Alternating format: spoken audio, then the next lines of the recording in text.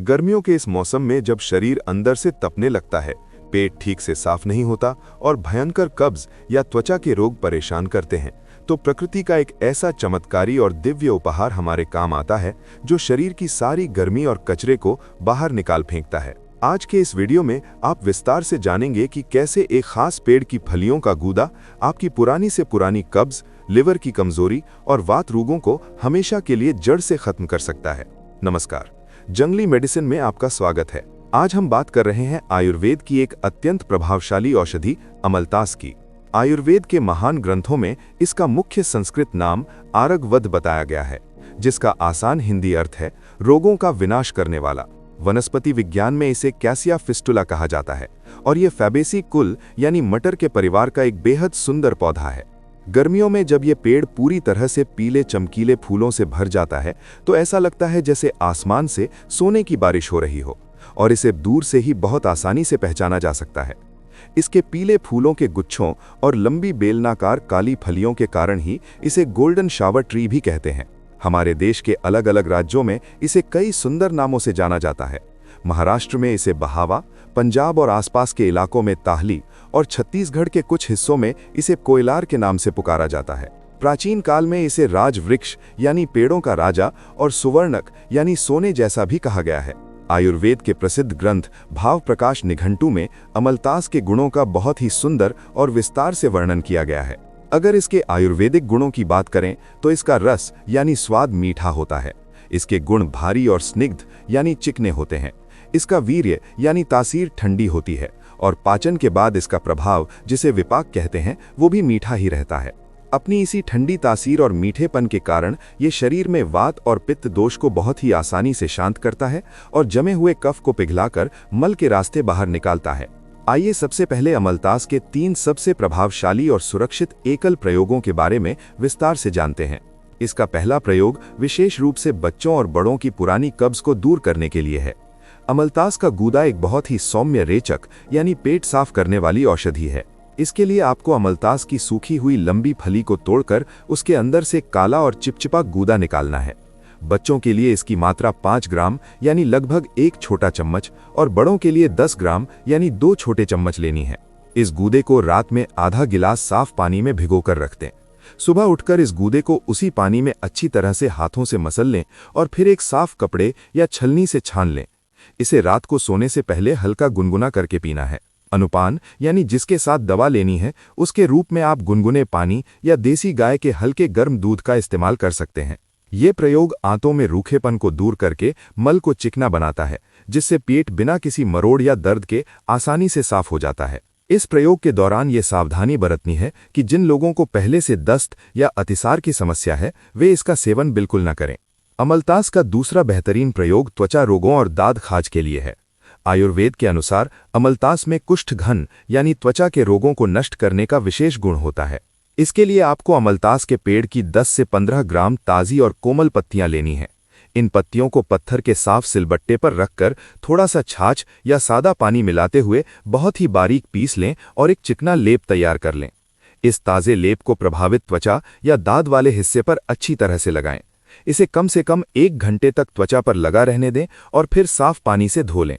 ये लेप त्वचा की ऊपरी सतह पर बढ़े हुए पित्त की गर्मी को तुरंत शांत करता है और खून में मौजूद अशुद्धियों को खींचकर बाहर निकालता है।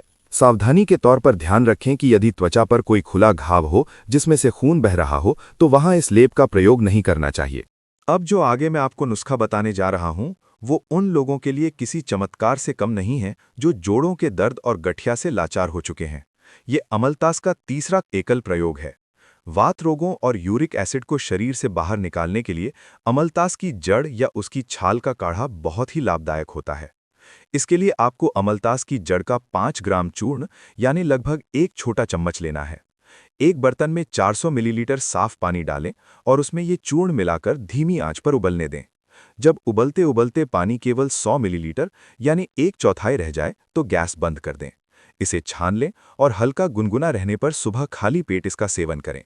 ये काढ़ा शरीर के अंदर जाकर जमे हुए आम यानी जहरीले तत्वों को पचाता है और वात दोष की रुकावट को खोलता है।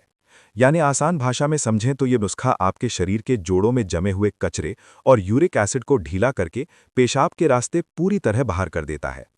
इस काढ़े को लेते समय खट्टी चीज़ों का सेवन कम से कम करना चाहिए। एकल प्रयोगों के बाद आइए जानते हैं अमलतास के 5 सबसे विशिष्ट मिश्रित योगों के बारे में, जिन्हें अन्य जड़ी बूटियों के साथ मिलाकर तैयार किया जाता है। पहला योग है आरग वधादि कषाय, जिसका वर्णन अष्टांग हृदयम ग्रंथ में मिलता है। ये योग लिवर की कमजोरी और खून की खराबी के लिए अमृत के समान है।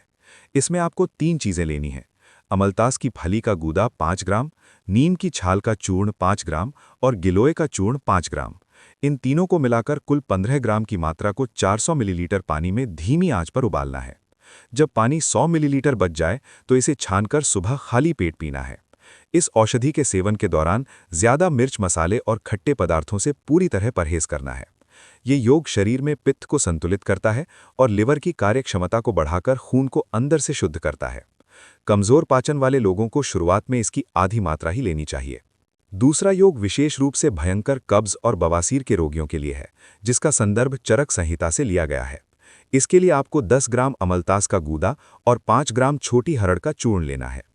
1 कप तेज गर्म पानी में अमलतास के गूदे को मसलकर मिला लें और फिर उसमें हरड़ का चूर्ण डालकर अच्छी तरह घोल लें। इस मिश्रण का सेवन रात को सोने से ठीक पहले करना है। परहेज के रूप में आपको मैदा और सूखी चीज़ों का सेवन बिल्कुल बंद करना होगा।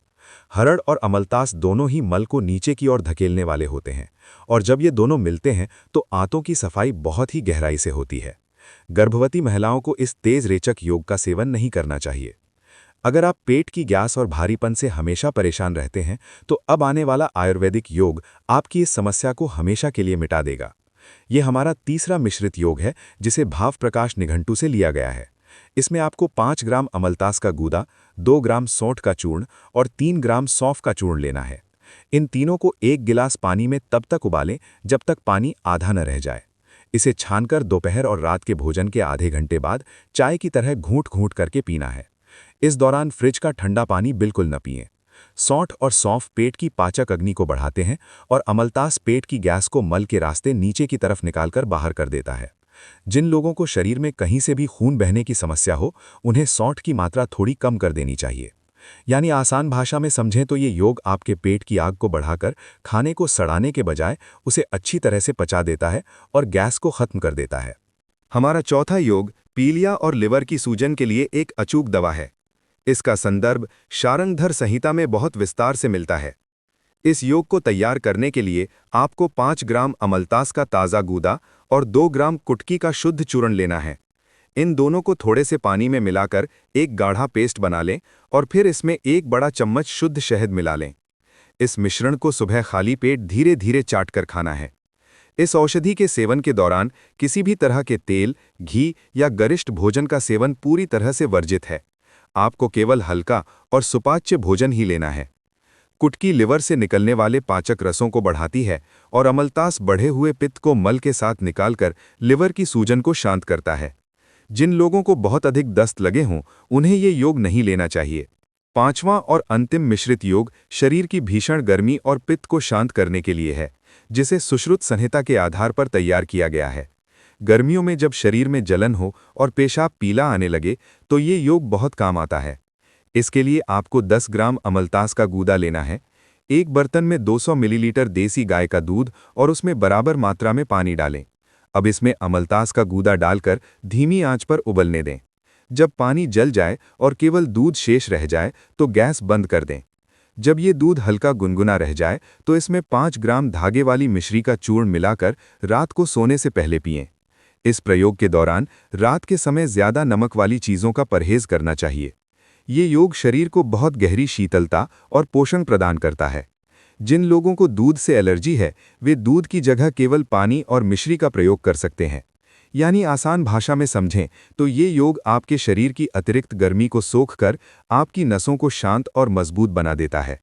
प्राचीन आयुर्वेद के इस ज्ञान को आज का आधुनिक विज्ञान भी पूरी तरह से मानता है।